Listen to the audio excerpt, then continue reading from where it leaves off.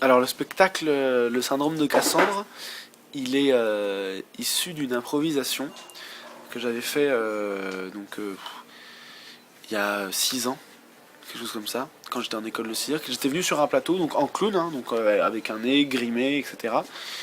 Et j'étais arrivé sur scène avec une bouteille d'eau et j'avais dit aux gens, ok, il y a un incendie en coulisses, on va demander à tout le monde de partir maintenant s'il vous plaît.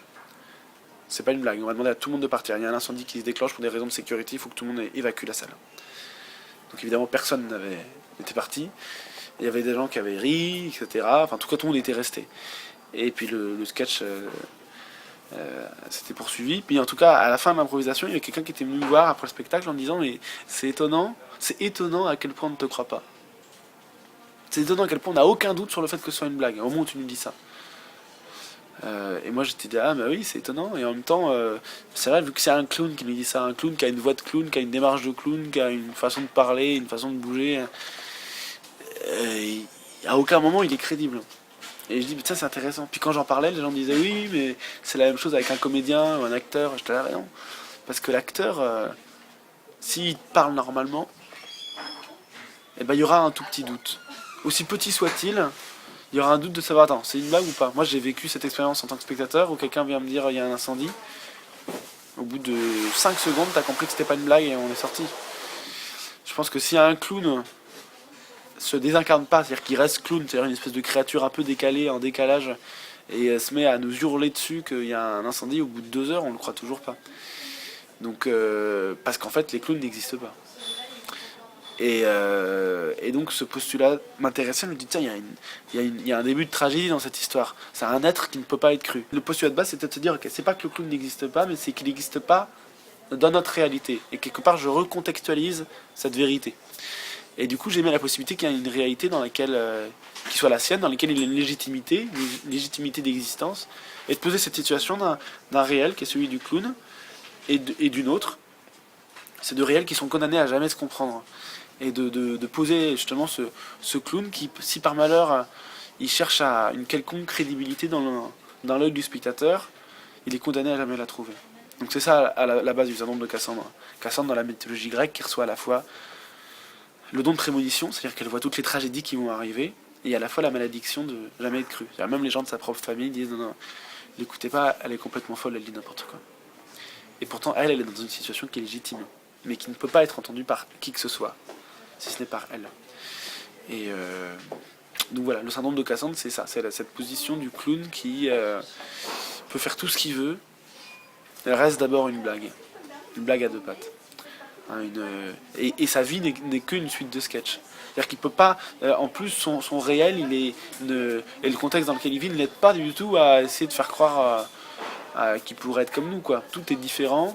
Donc le réel tangible, c'est là qu'intervient la magie dans le spectacle. Son réel tangible, la façon dont il se déplace peut être magique, la façon dont son rapport aux objets, le réel social, fait que du coup, de toute façon, il ne fait pas partie du même monde que nous. Et du coup, s'il s'évertue à essayer de voir comment est-ce qu'au-delà de l'empathie, au-delà de la compassion qu'on peut avoir pour lui, il y a une forme de vérité, le fait qu'à un moment donné, on dit ok, c'est vrai, ce qu'il dit est vrai, ce qu'il vit est vrai. Ça par contre, c'est la limite qu'on dépassera jamais. Quoi qu'il arrive, on n'arrivera jamais à dépasser cette chose-là. Voilà. Donc c'est cette tragédie-là que raconte ce spectacle. Le fait qu'un monde soit plus cartoonesque que le nôtre fait que du coup, tu peux aller plus loin dans la violence parce que ça comprend aussi une forme de poésie.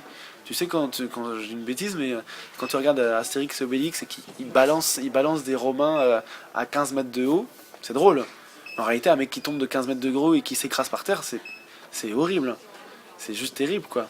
Mais en fait, non, vu que c'est cartoon et que ça reste très burlesque. En fait, c'est ça qui est drôle, c'est ça qui est drôle. C'est ça qui est intéressant, c'est qu'en réalité, dans ce spectacle, j'essaie que le rire devienne parfois acide, parfois les gens regrettent de rire, parfois les gens n'assument pas, etc., de rire. Mais n'empêche que le rire, c'est ce qui crée la cadence et c'est la seule chose qui ne bouge pas du spectacle. Le rire, en tout cas, c'est la tentative que je fais dans ce spectacle, c'est que le cauchemar, en réalité, c'est que le rire ne s'arrête jamais. C'est qu'avant tout, avant quoi que ce soit, c'est drôle. Et le clown, il est risible, drôle, touchant, tout ce que tu veux, mais d'abord, il nous fait rire. Et c'est ça, c'est sa condition première. Et il ne peut pas échapper à ça. Le prochain projet que je vais faire, ce sera un spectacle sous chapiteau, avec une petite jauge, 150 personnes je pense. Et je vais raconter beaucoup d'histoires autour de la magie dans son sens large. Ça parlera de magie ésotérique, ça parlera de magie moderne évidemment, ça parlera de magie rituelle aussi. Je vais essayer de faire voyager les gens en Inde avec autour de la corde hindoue, etc. De raconter pas mal d'histoires là-dessus et que dans le récit, à l'intérieur du récit, se glisse une forme de magie subliminale qui en réalité va incarner ce que je raconte, mais de façon très